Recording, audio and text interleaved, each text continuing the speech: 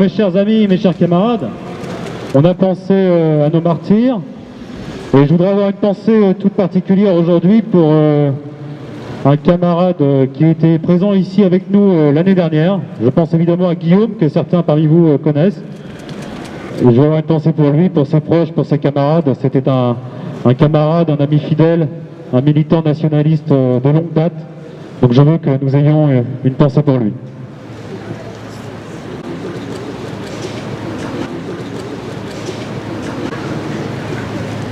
Je vous remercie. L'échec du camp national au second tour des présidentielles est une défaite plus lourde qu'il n'y paraît. Si d'aucuns se consolent en se disant que la prochaine fois ce sera la bonne, je leur dis tout de suite, ne vous leurrez pas avec les illusions de l'électoralisme. Je le disais ici il y a 3 ans, à l'invitation d'Alexandre d'ailleurs, la solution ne sera pas électorale. Plus exactement, elle ne sera pas uniquement électorale. Bien sûr, il est important que nos idées soient représentées au sein des élections locales, nationales. Bien sûr, il est essentiel de profiter de cet espace médiatique ouvert par une campagne électorale pour opposer un front à la bien-pensance cosmopolite et parler à un maximum de nos compatriotes.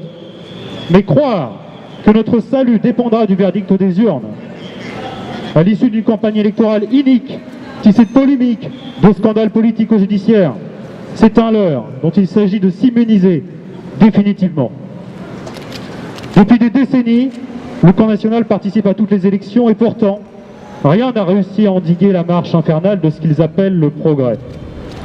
Et quelques victoires électorales, même partielles, ne suffiront évidemment pas à rendre à la France la pleine et entière maîtrise de sa destinée.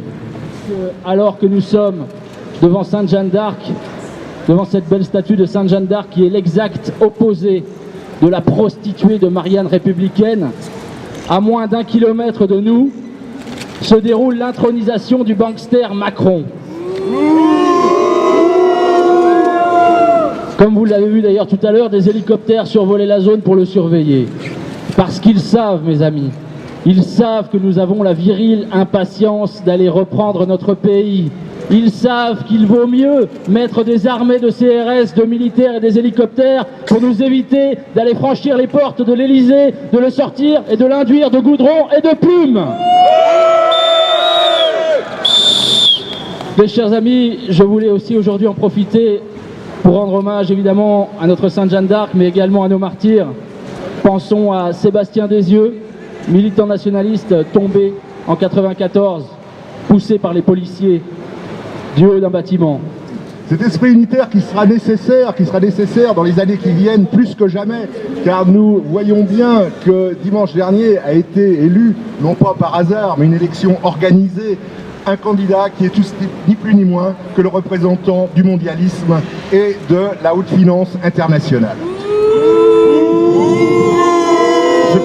Ce candidat qui est aujourd'hui président de la République, puisque ça doit être à peu près fait maintenant, et comme l'annonçait tout à l'heure Alexandre, ce candidat qui est à quelques centaines de mètres, doit savoir qu'aujourd'hui il est président de la République, il se heurtera à une opposition nationale résolue, une opposition nationale qui ne compte pas se disperser dans un quelconque programme de dédiabolisation, que sais-je encore, une opposition nationale qui n'hésitera pas un seul instant à affirmer haut et fort ses convictions. Et pour que cette opposition nationale existe, elle a besoin de vous tous, elle a besoin de s'organiser dès maintenant, dès la rentrée. Nous devrons multiplier les opérations, les manifestations, les campagnes, tout ce qui est possible pour faire savoir à nos compatriotes qu'ils ne sont pas abandonnés. Et c'est ça qui est important, et ça sera grâce à vous que nous le réussirons. Dans une union nationale, il est important aussi de rappeler, grâce à l'exemple de nos saints et martyrs, que le combat est affaire de mort, de vie ou de mort de la nation. On n'est pas ici pour se faire plaisir, on n'est pas ici pour distribuer quelques tracts, se retrouver entre amis. C'est aussi le cas, bien sûr, parce que nous avons la joie de ceux qui savent qu'ils ont raison. Mais il ne faut pas oublier que nous sommes engagés aujourd'hui dans une lutte à mort qui verra la victoire ou la mort de notre nation. Chaque jour qui passe est frappé du sceau du scandale et de l'infamie. Il n'est pas une semaine qui ne compte son lot de violences urbaines, d'agressions gratuites, d'offenses à notre identité, à notre culture, à notre peuple et à son histoire millénaire. Et aujourd'hui, alors que le camp du bien triomphe à l'Élysée, il importe de comprendre que la refondation du camp national est une nécessité impérieuse. Et cette refondation, elle devra se faire autour de principes clairs et d'une radicalité nette sur les questions de l'immigration, de l'islamisation et de l'insécurité notamment, évidemment. Mais elle passera aussi par le développement d'un puissant mouvement social et national dont la vocation ne sera pas électorale, mais communautaire et avant-gardiste. C'est le rôle quant à assumer la dissidence française avec vous. Et c'est la vocation de tous les nationalistes et militants patriotes qui, de plus en plus nombreux, nous rejoignent dans notre combat. Alors aujourd'hui, c'est la fête nationale de Jeanne d'Arc, martyre et patronne de France. Et Jeanne, c'est un symbole essentiel. C'est une figure de rassemblement qui vit encore dans le cœur de nombreux Français. Jeanne évoque un esprit d'abnégation, un esprit de sacrifice qui doit nous inspirer. Jeanne ne doutait pas de la victoire finale et c'est dans cette détermination sans faille qu'il nous faut puiser l'énergie et la force pour poursuivre notre combat pour vaincre. Plus qu'une simple manifestation, cet hommage, c'est une cérémonie qui nous engage et dont il importe de saisir les implications. C'est pourquoi, et pour la première fois, je vous appelle aujourd'hui à vous joindre à moi pour prêter le serment de fidélité à la France devant sa figure tutélaire.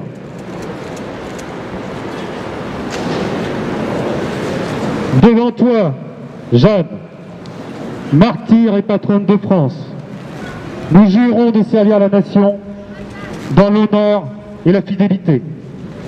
Nous faisons le serment solennel d'œuvrer à la renaissance nationale avec discipline, constance et détermination pour la gloire du peuple français.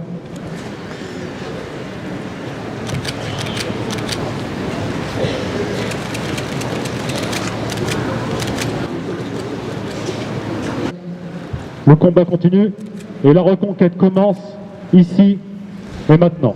Je vous remercie.